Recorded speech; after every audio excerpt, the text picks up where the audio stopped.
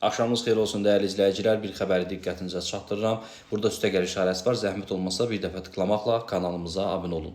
Sumqayıtın Nizami küçəsində yerləşən Park Palas Şadlıq Sarayında keçirilən toy mərasimində məclis sahibi ilə müğənni Kəmalə Günəşli arasında dava-dalaş olub. Məlumata görə hadisə dünən axşam saatlarında qeydə alınıb.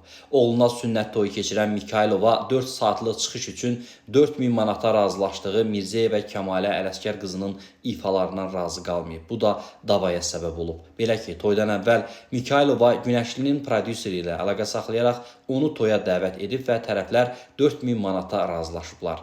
Toy sahibi qarşı tərəfin kart hesabına elektron qaydada 300 manat beh göndərib. Dünən vədələşdikləri kimi müğənni Şadlıq Sarayındakı məclisə gəlib, lakin bir qədər sonra məclis sahibi Günəşlinin yalnız fonoqram ifa etdiyini, arzu olunan mahnıları oxumadığını deyərək ona irad bildirib və əvvəlcədən danışdıqları ödənişi etməyəcəyini deyib. Bundan sonra onların arasında münaqişə yaranıb, ifaçı mikrofonla məclis sahibi haqqında təhqiramiz ifadələr işlədərək onu digər qonaqların yanında alçaldıb. Həmçinin davadalaş fiziki zorakılıqla müşahidə olunub.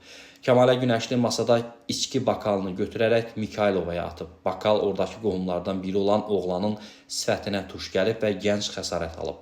Hadisədən sonra hər iki tərəf polisə müraciət edib. Kəmalə Günəşli vəd edilmiş pulu tələb edib. Qarşı tərəf isə müğənninin xuliqanlıq etdiyini və qonağa eyni zamanda məclis sahibinə xəsarət yetirdiyini bildirib. Məsələ ilə bağlı aidiyyəti üzrə ekspertiza təyin edilib və araşdırma aparılıb. Qeyd edək ki, bu barədə ilk məlumatı Ajans.az saytı məlumat yayıb.